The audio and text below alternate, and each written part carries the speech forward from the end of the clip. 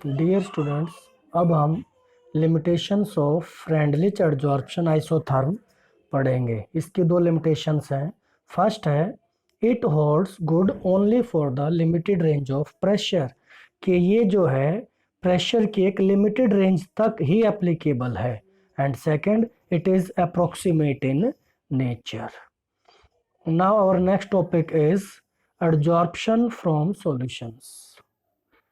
अब तक हमने केवल ये पढ़ा था adsorption of gases on solid surfaces, लेकिन अब हम पढ़ेंगे adsorption from solutions. It means कि जब हम किसी सॉल्यूशन को किसी सॉलिड सरफेस पर डालते हैं तो हम देखते हैं कि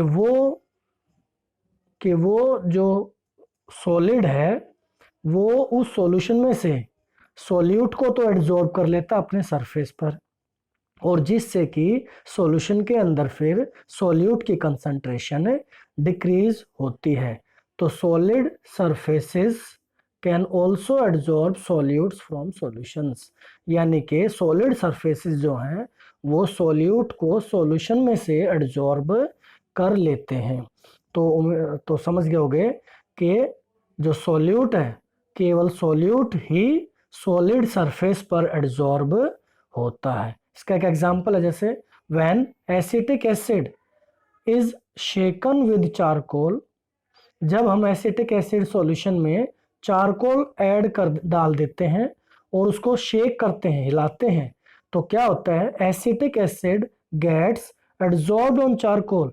तो जो एसिटिक एसिड है वो तो चारकोल पर एब्जॉर्ब हो जाता है, और जिससे कि फिर concentration of acetic acid decreases in the solution, जिससे कि फिर एसिटिक एसिड के अंदर इसकी कंसंट्रेशन डिक्रीज होने लगती है। अब इसके एक दो एग्जांपल और हैं जिनको आप पढ़ लेंगे और समझ लेंगे, अगर नहीं आए तो आप मुझसे पूछ सकते हैं। अब इसी से रिलेटेड टॉपिक है कि factors affecting adsorption from solution. तो इसमें फर्स्ट है इफेक्ट ऑफ टेम्परेचर। तो जैसा कि हमने पहले ही पढ़ाया है कि the extent of adsorption decreases with increase in temperature, कि अगर टेम्परेचर बढ़ता है तो एडजॉर्प्शन डिक्रीज करता है। Second, surface area. तो मोर सरफेस एरिया मोर एडजॉर्प्शन, यानी कि सरफेस एरिया बढ़ता जाता है तो एडजॉर्प्शन भी बढ़ता जाता है। थर्ड है कंसंट्रेशन।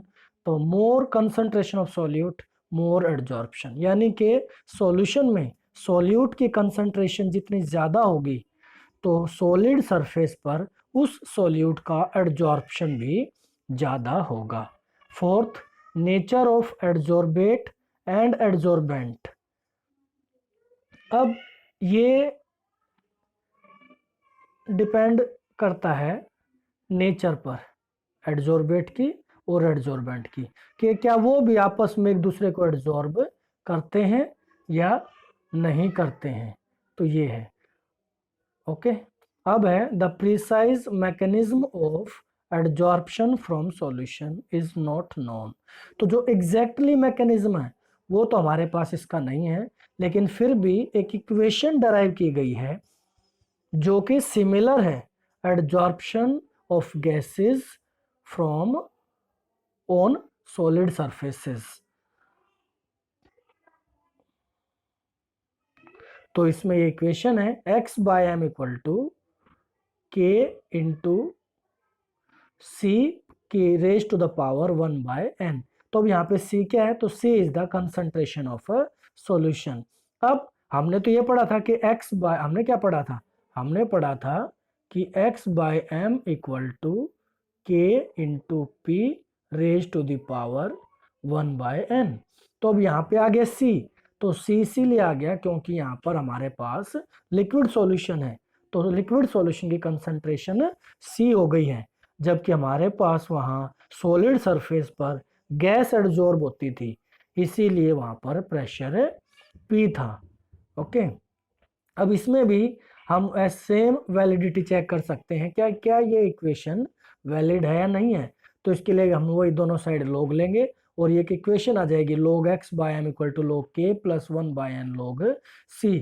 और सेम वे में हम ग्राफ ड्रॉ करेंगे log x बाय एम और log c के बीच में, और अगर ये एक स्ट्रेट लाइन आ जाती है तो हमारी इक्वेशन वैलिड है। ओके बच्चों, कोई दिक्कत हो तो मुझसे पूछ लेना। Thank you.